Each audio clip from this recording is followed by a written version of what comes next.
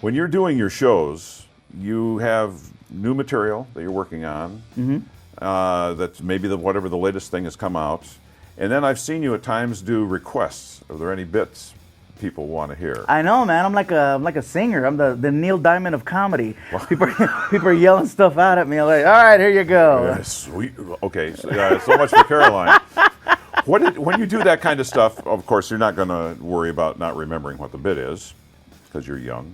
You're full of vim and vigor. I've done them a million times. I honestly believe that if if something were to happen where I was to get Alzheimer's later on in life, the last thing I would forget would be my set. What is the most requested thing that you've had in recent times on stage? Well, people just want to hear stuff from the first special. They want to hear those jokes from the first special, and it doesn't matter which one it is, as long as it's from the first special.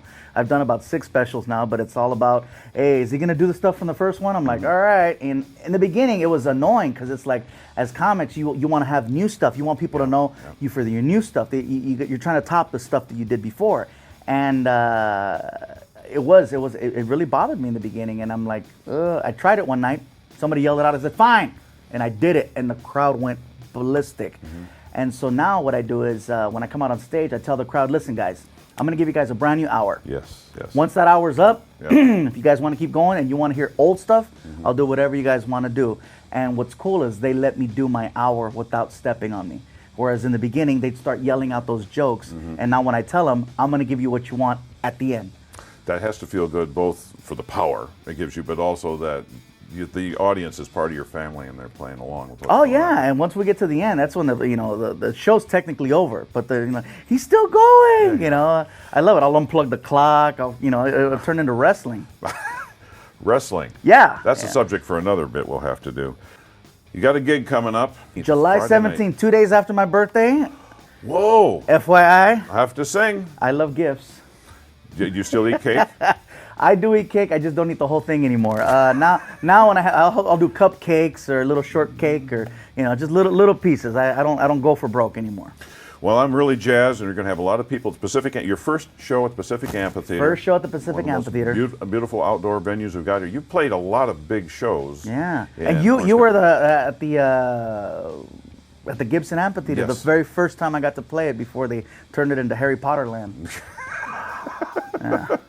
That was most outstanding. I love that venue. I miss it so much. We had such a great time over there. But you were always popping in, and a lot of people don't know this. I've known Uncle Joe for a very, very long time. Yeah, it's a long time. I knew Uncle Joe when he was Cousin Joe.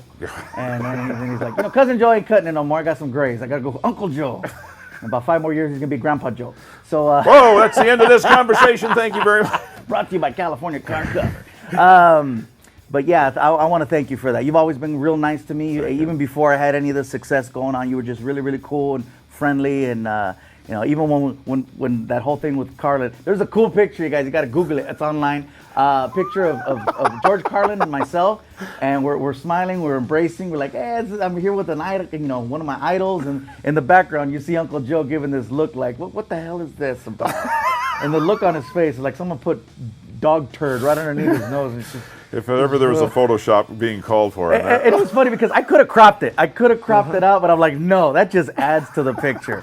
It was awesome. Well, thank you so much. You are family.